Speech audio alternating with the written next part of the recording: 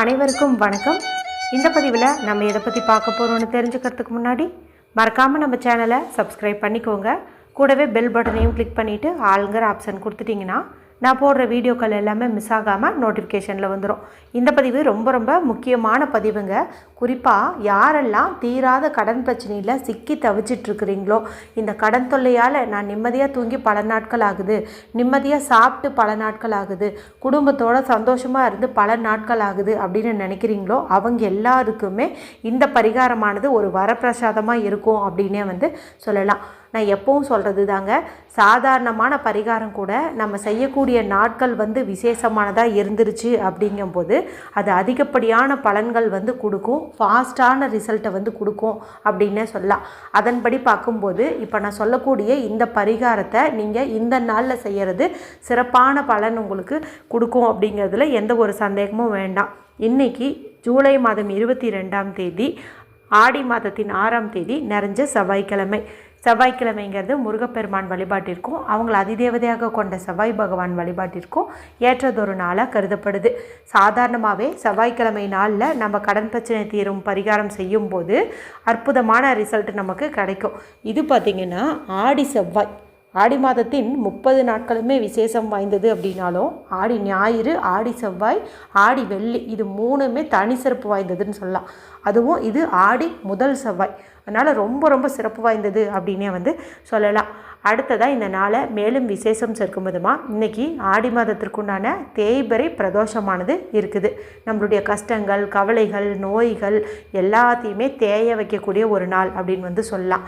செவ்வாய்க்கிழமை நாளில் வரக்கூடிய இந்த பிரதோஷத்தை ருண விமோசன பிரதோஷம் அப்படின்னு சொல்லுவோம்.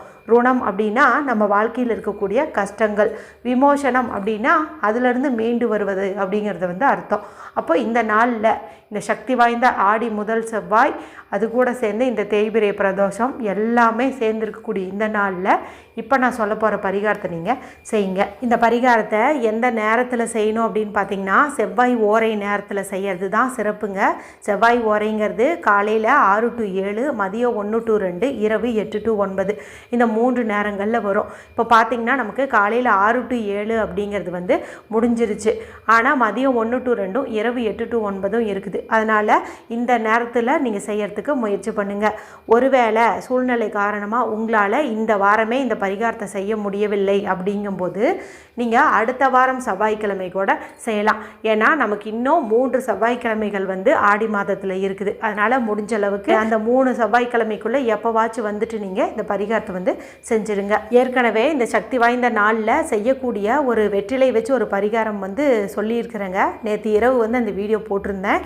அற்புதமான பலன் உங்களுக்கு கிடைக்கும். அவசியம் நீங்கள் அதையும் பாருங்கள். அதை செய்வதற்கு வாய்ப்பு அமைஞ்சிச்சுன்னா அதையும் செய்யுங்க. கூடவே இதையும் செய்யுங்க. 1க்கு 2 நம்ம செய்யும்போது இன்னும் சீக்கிரமாகவே நமக்கு நல்ல ரிசல்ட் கிடச்சிரும். சரி, இது எப்படி செய்யணும், இதுக்கு தேவையான பொருட்கள் என்ன அப்படின்னு பார்த்தரலாம். இதுக்கு நமக்கு சின்னதாக ஒரு தட்டு மாதிரி எடுத்துக்கோங்க. பீங்கான் தட்டோ இல்லை சில்வர் தட்டோ ஏதோ ஒன்று இப்போதைக்கு நீங்கள் எடுத்துக்கோங்க. அடுத்து நமக்கு தேவையானதுன்னு பார்த்திங்கன்னா கைப்பிடி அளவுக்கு கல்லுப்பு தேவைப்படுதுங்க. இந்த கல்லுப்பு கடன் பிரச்சனையை நீக்குவதற்கு அதிகப்படியாக நமக்கு உதவி செய்யும் அப்படின்னே சொல்லலாம். அதனால் இதை எடுத்துக்கோங்க. நீங்கள் புதுசாக கல்லுப்பு பேக்கெட் வச்சுருந்தீங்க அப்படிங்கும்போது அதிலிருந்து எடுத்துக்கிறது சிறப்பு. இல்லை நாங்கள் பூஜை அறையில் பரிகாரத்துக்குன்னே தனியாக ஒரு பேக்கெட் வச்சுருக்கோம், அதைத்தான் பயன்படுத்தி எல்லா விதமான உப்பு பரிகாரமும் செய்கிறோம் அப்படிங்கிறவங்களா இருந்தீங்கன்னா அதிலிருந்து ஒரு கைப்பிடி அளவுக்கு எடுத்துக்கோங்க. அடுத்து நமக்கு தேவையானது 1 ரூபாய் நாணயம். இந்த 1 ரூபாய் அப்படிங்கிறது மகாலட்சுமியின் அம்சமாக பார்க்கப்படுது. மேலும் நம்மளுடைய கடன் பிரச்சனையை நீக்குவதற்கும் இது ரொம்பவுமே உதவியாக இருக்கும் அப்படின்னு சொல்லலாம். இப்போ நான் சொன்ன இந்த பொருட்களை எடுத்துகிட்டு வீட்டில் அமைதியான இடத்துல உட்காந்துக்கோங்க. யார்கிட்டையும் பேசாதீங்க, டிவி பார்க்காதீங்க, மொபைல் பார்க்காதீங்க. மனசை நல்லா ரிலாக்ஸ் பண்ணிக்கோங்க. முடிஞ்சால் நான் சொன்ன அந்த நேரத்தில் நீங்கள் வீட்டு பூஜை அறையில் ஒரு தீபம் ஏற்றி வச்சுட்டு முருகப்பெருமானிடம் மனதார நீங்கள் வேண்டிக்கோங்க. என்னுடைய கடன் பிரச்சனை சீக்கிரமாக தீரணும், எனக்கு உதவி செய்யுங்க அப்படின்னு சொல்லிட்டு மனதார வேண்டிக்கிட்டு அங்கேயே உட்காந்து கூட இந்த பரிகாரத்தை நீங்கள் செய்யலாம். சரி, இப்போ வடக்கு திசை பார்த்த மாதிரி உட்காந்துக்கோங்க. உங்கள் முன்னாடி இதை தட்டு வச்சுக்கோங்க.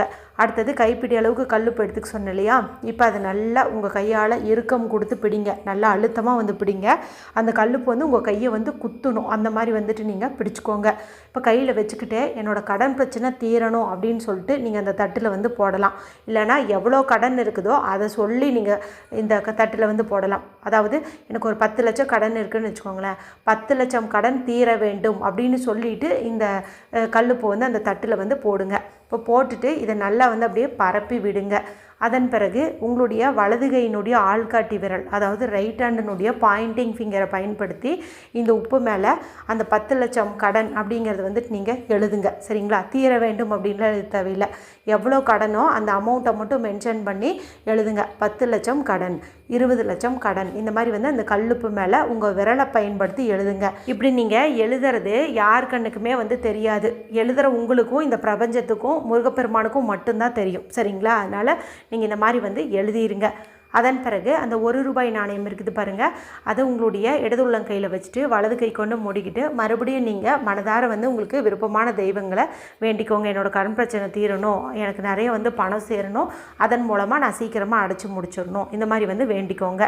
அதன் பிறகு இந்த கல்லுப்பு மேலேயே வந்து இந்த ₹1 நீங்கள் வச்சுருங்க. அடுத்து கொஞ்ச நேரம், அதாவது ஒரு 5 நிமிஷம் கழித்து ஒரு மூடி இருக்கிற மாதிரி ஒரு பாட்டிலோ இல்லை ஒரு ஜாடியோ ஏதாவது ஒரு டப்பாவோ கூட நீங்கள் வந்து எடுத்துக்கோங்க. மூடி இருக்கிற சரிங்களா? அதனால் அதுக்கு தகுந்த மாதிரி பார்த்து எடுத்துக்கோங்க. சில்வர் வந்து யூஸ் பண்ணாதீங்க, ஏன்னா அது வந்து பாத்திரத்தையே அரிச்சிடும். இப்போ வந்து அதை எடுத்துகிட்டு இதை நீங்கள் அந்த டப்பாக்குள்ளே போட்டுருங்க. இந்த கல்லுப்பு, இந்த ₹1 நாணயம், இது எல்லாத்தையுமே அந்த டப்பாக்குள்ளே போட்டுட்டு நல்லா வந்து மூடி வச்சுருங்க. இப்போ பெருசாக ஒரு மண்ணகலே இருக்குதுன்னு வச்சுக்கோங்களேன், அதை வந்துட்டு நீங்கள் பயன்படுத்திக்கலாம். இதுக்கு போட்டுட்டு வேறு ஏதாவது ஒரு பிளேட்டு கூட இதுக்கு வச்சு நீங்கள் மூடி வச்சுக்கலாம். அதுக்கு மேட்சிங்காக இருக்கிற மாதிரி ஏதாவது ஒன்று எடுத்து மொத்தத்தில் இது மூடி தான் வைக்கணும். இப்போ இதை நம்ம எடுத்துகிட்டு போயிட்டு பூஜை அறையில் வச்சிடணும். எந்த சாமி படத்துக்கு பக்கத்தில் வேணாலும் வைக்கலாம், பூஜை அறையில் தான் ஆனால் வைக்கணும். அது கொஞ்சம் ஞாபகம் வச்சுக்கோங்க. 1 வாரம் வரைக்கும் இது அப்படியே இருக்கட்டும். அதாவது இன்றைக்கி நீங்கள் வச்சுட்டீங்க அப்படிங்கும்போது அடுத்த வாரம் செவ்வாய்க்கிழமை வரைக்கும் இது அங்கே தான் இருக்கணும். செவ்வாய்க்கிழமை நாளில் ஒரு பெரிய பாத்திரத்தில் தண்ணீர் வந்து பிடிச்சிக்கோங்க. பிடிச்சிட்டு இப்போது இந்த டப்பாக்குள்ளே நம்ம போட்டு வச்சு இந்த கல்லுப்பு இருக்குது பார்த்தீங்களா, இதை வந்து அந்த தண்ணீருக்குள்ளே கொட்டிடுங்க. இப்படி கொட்டும்போது பார்த்திங்கன்னா அந்த ₹1 சேர்ந்து வரும். இந்த ₹1 நீங்கள் எடுத்து வச்சுக்கோங்க. இது மற்ற பரிகாரங்கள் செய்கிறதுக்கு பயன்படுத்திக்கலாம், இல்லைன்னா கோவில் உண்டியலில் போடுறதுக்கு, தான தர்மங்கள் செய்கிறதுக்கெல்லாம் பயன்படுத்திக்கலாம். இப்போ இந்த உப்பு வந்து நீங்கள் அந்த தண்ணிக்குள்ளே வந்து போட்டுட்டிங்க இல்லையா, இப்போ உங்களுடைய வலது கையால் நல்லா இதை அழுத்தம் கொடுத்து அப்படியே வந்து கரைங்க. அந்த உப்பு வந்து தண்ணியில் கரையிற வரைக்கும் நீங்கள் அப்படியே நல்லா வந்து அதை கலக்கிட்டே இருங்க. இப்படி பண்ணும்போது உங்களுடைய கடன் பிரச்சனை உங்களை விட்டு நீங்கிற மாதிரி அப்படியே நீங்கள் கற்பனை பண்ணிக்கோங்க. உங்கள் கையால் இந்த உப்பு கரைக்கும் போது நீங்கள் என்ன கஷ்டப்பட்டீங்களோ அதெல்லாம் உங்களை விட்டு போகுது அப்படிங்கிற மாதிரி நினச்சிக்கிட்டே இதை வந்து கரைச்சிருங்க.